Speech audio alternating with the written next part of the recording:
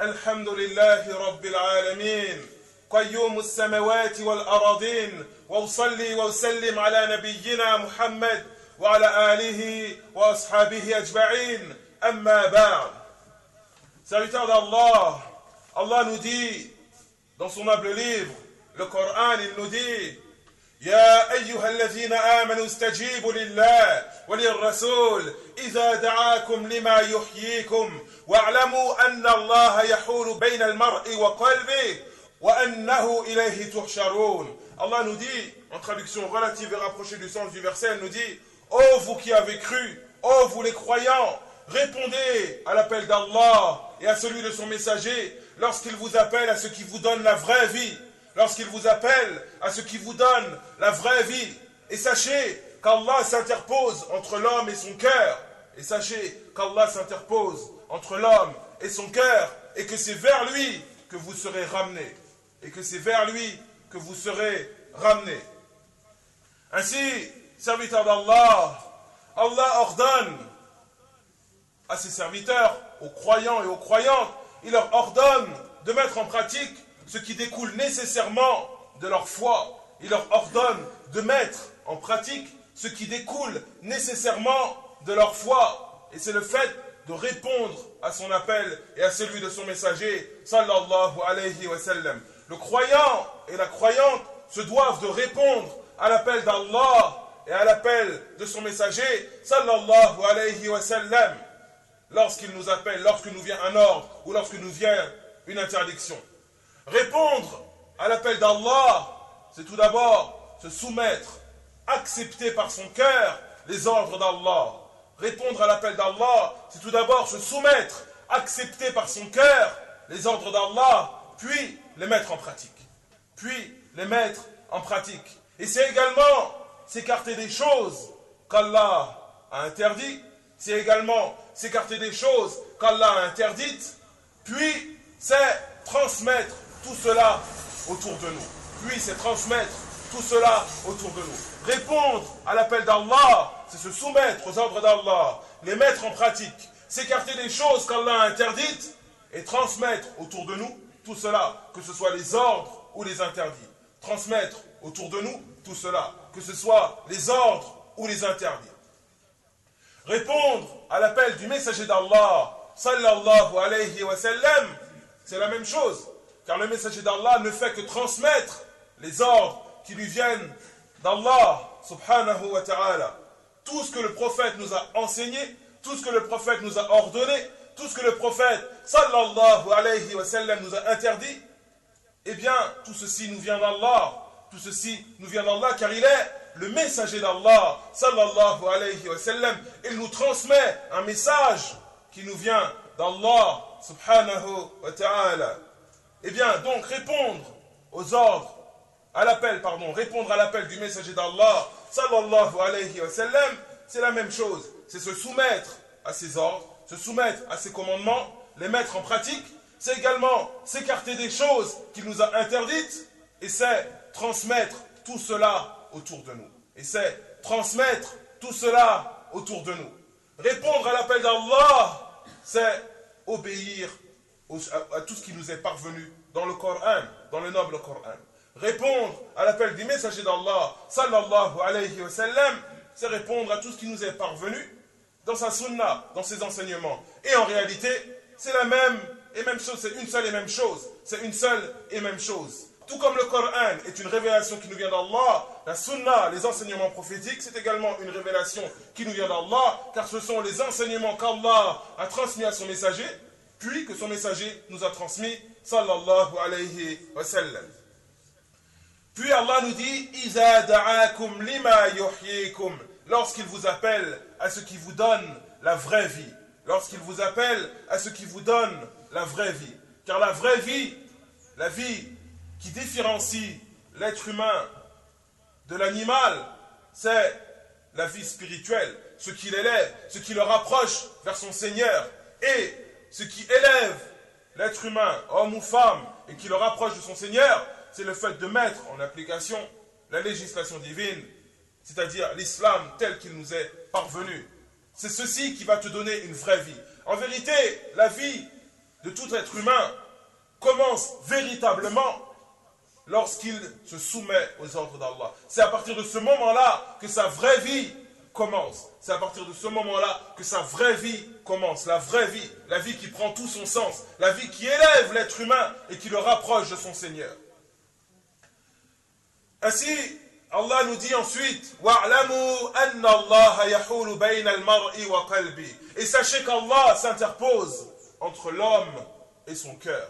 Et sachez qu'Allah s'interpose entre l'homme et son cœur. C'est-à-dire qu'Allah est celui qui oriente les cœurs. La guidance sur la voie droite nous vient d'Allah. Allah est celui qui guide ses serviteurs. C'est celui qui oriente les cœurs des serviteurs. Et Ibn Abbas, radiallahu anhu, qui était le cousin du prophète, sallallahu alayhi wa sallam, et un de ses fervents compagnons, a dit, dans l'interprétation de ce verset, il a dit, Allah yahulu bayna al-mu'min wa bayna al-kufr, wa bayna al-kafir, wa bayna al-iman. Allah s'interpose entre le croyant et la mécréance. Tout comme il s'interpose entre le mécréant et la foi. C'est-à-dire qu'Allah est celui qui oriente les cœurs. Allah est celui qui dirige les cœurs. Allah est celui qui guide sur la voie droite. Et nul en dehors de lui n'a cette capacité ni cette caractéristique. C'est une capacité et une caractéristique qui appartient à Allah seul. Nous, ce qui nous est demandé, c'est de transmettre le message. Transmettre le message. Mais après, c'est Allah qui guide les cœurs. C'est Allah qui guide les cœurs. Il ne nous est pas demandé de guider les gens par la force ou par autre chose. Tu transmets le message. Et après, c'est Allah qui guide les cœurs. C'est pour cela que nous disons, chaque vendredi, dans le discours d'introduction, avant de commencer la khutbah, nous disons Man yahdihillahu fala mudilla la, wa man yudlil fala hadiya la. Quiconque est guidé par Allah, nul n'est en mesure de le détourner de cette voie droite. Quiconque est guidé par Allah, nul n'est en mesure de le détourner de cette voie droite. Et quiconque n'est pas guidé par Allah, mais quiconque est égaré par Allah, à cause de l'injustice que contient son cœur, ou à cause de la perversité que contient son cœur, eh bien nul ne sera en mesure de remettre cette personne sur la voie droite. Si Allah t'accorde la guidance, nul ne sera en mesure de te détourner. Et si Allah ne t'accorde pas la guidance, alors nul ne sera en mesure de te mettre sur la voie droite. C'est pour cela que le serviteur se doit de multiplier cette invocation. Ya muqallib al-qulub, thabbit qalbi ala dinik. Ya musarrif al-qulub, sarrif qalbi ila ta'atik. Ô toi qui oriente les cœurs, ô toi qui oriente les cœurs, raffermis mon cœur dans ta religion, sur ta religion. Ô toi qui oriente les cœurs, oriente mon cœur vers ton obéissance. Voilà l'invocation que le musulman se doit de répéter souvent et régulièrement. Et chaque jour, à chaque fois que nous récitons Surat al-Fatiha, que disons-nous? Nous disons Ihdina as-sirata al-mustaqim. Guide-nous sur la voie droite. Pourquoi chaque jour, même 17 fois par jour, quand nous récitons Surat al-Fatiha, 17 fois par jour? Pourquoi chaque jour nous disons cela 17 fois? 17 fois par jour nous disons Ihdina as-sirata al-mustaqim. Guide-nous sur la voie droite. Chaque jour, 17 fois par jour, nous demandons à Allah de nous guider sur la voie droite. Ceci est une preuve que la guidance sur la voie droite est une des caractéristiques d'Allah seul et que, en dehors d'Allah, nul ne guide sur la voie droite. En dehors d'Allah, nul ne guide sur la voie droite. Nous, ce qui nous est demandé, c'est de transmettre le message de l'islam tel qu'il nous est venu, avec sagesse, avec intelligence. Mais quant au résultat, si la personne va accepter ou non, eh bien ceci est entre les mains d'Allah. C'est Allah qui guide les cœurs et aucun d'entre nous ne guide les cœurs. Ensuite, Allah nous dit وَاعْلَمُوا أَنَّ اللَّهَ يَحُولُ بَيْنَ الْمَرْءِ وَقَلْبِهِ وَأَنَّهُ إِلَيْهِ تُحْشَرُونَ. Allah nous dit, et sachez qu'Allah s'interpose entre l'homme et son cœur, et que c'est vers lui que vous serez ramenés. Et que c'est vers lui que vous serez ramenés. C'est-à-dire que tôt ou tard, chacun d'entre nous va mourir. Tôt ou tard, chacun d'entre nous va mourir. Aucun parmi nous n'est éternel. Aucun parmi nous n'est éternel. Toutes les personnes qui sont présentes aujourd'hui dans ce masjid et qui sont présentes sur terre, tout être humain, tôt ou tard, il retourne chez Allah.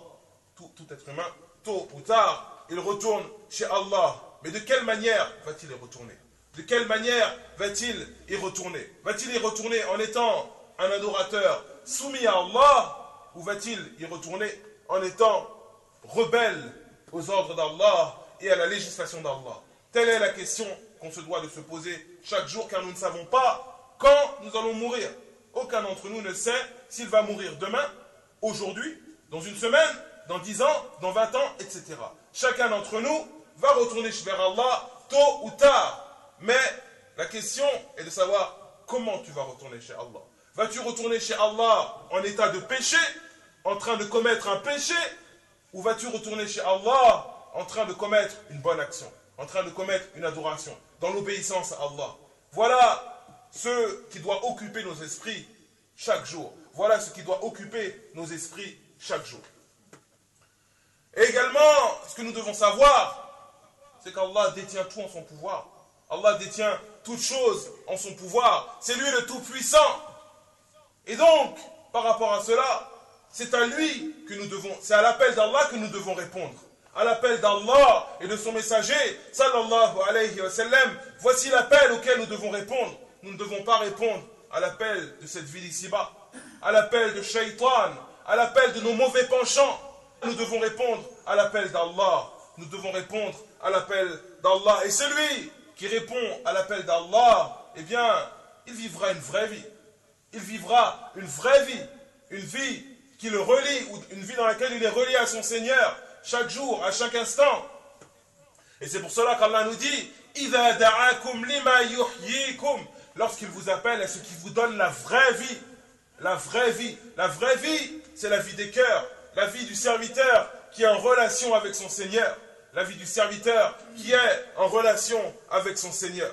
Et le grand savant Ibn al-Qayyim, rahimahullah, a dit, la vraie vie, la vie authentique, eh bien, elle ne s'obtient qu'en répondant à l'appel à Allah. Elle ne s'obtient qu'en répondant à l'appel à Allah. Et celui qui ne répond pas à l'appel d'Allah, en vérité, sa vie, c'est une vie physique. C'est une vie physique. Il mange, il boit, il dort, il se distrait. Mais la vraie vie, la vie des cœurs, il en est privé. Il est privé de cette vraie vie.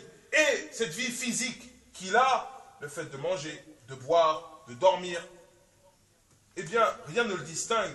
Rien ne distingue entre lui et l'animal. Rien ne distingue entre lui et l'animal, car l'animal boit, dort, mange, se distrait, etc. Et ainsi, la vraie vie, c'est la vie des cœurs. Et celui qui veut une vraie vie, celui qui veut avoir une vraie vie, une vie dans laquelle il est en relation avec son Seigneur, eh bien, il se doit de répondre à l'appel d'Allah. Il se doit de répondre à l'appel d'Allah et à celui de son messager, sallallahu alayhi wa sallam. Quant à celui qui se détourne par orgueil ou par obstination, celui qui se détourne de l'appel d'Allah, eh bien, celui, il est tombé dans la mécréance. Celui-là est tombé dans la mécréance, wal'iyadhu billah. Et sa destination, wal'iyadhu billah, c'est un feu intense qu'Allah a préparé spécialement pour les mécréants, wal'iyadhu billah, et qu'Allah nous en préserve. Ainsi, serviteurs d'Allah, je m'invite et je vous invite tous à répondre à l'appel d'Allah, à répondre à l'appel d'Allah et à celui de son messager, sallallahu alayhi wa sallam, tels qu'ils nous ont été transmis dans le livre d'Allah, dans la sunna de son messager, et tels que l'ont compris les premières générations de musulmans, c'est-à-dire les compagnons du prophète, sallallahu alayhi wa sallam. Ya ayyuhalladhina amanu istajibu lillah wa lirrasul idha da'akum lima yuhyikum. Oh vous qui avez cru, oh vous croyants et croyantes, répondez à l'appel d'Allah et à celui de son messager lorsqu'il vous appelle à ce qui vous donne la vraie vie. وصلوا وسلموا ورعاكم الله على نبيكم كما أمركم الله ذلك في القرآن العظيم عندما قال إن الله وملائكته يصلون على النبي يا أيها الذين آمنوا صلوا عليه وسلموا تسليما اللهم صل على محمد وعلى آل محمد كما صليت على إبراهيم وعلى آل إبراهيم إنك حميد مجيد اللهم بارك على محمد وعلى آل محمد كما باركت على إبراهيم وعلى آل إبراهيم إنك حميد مجيد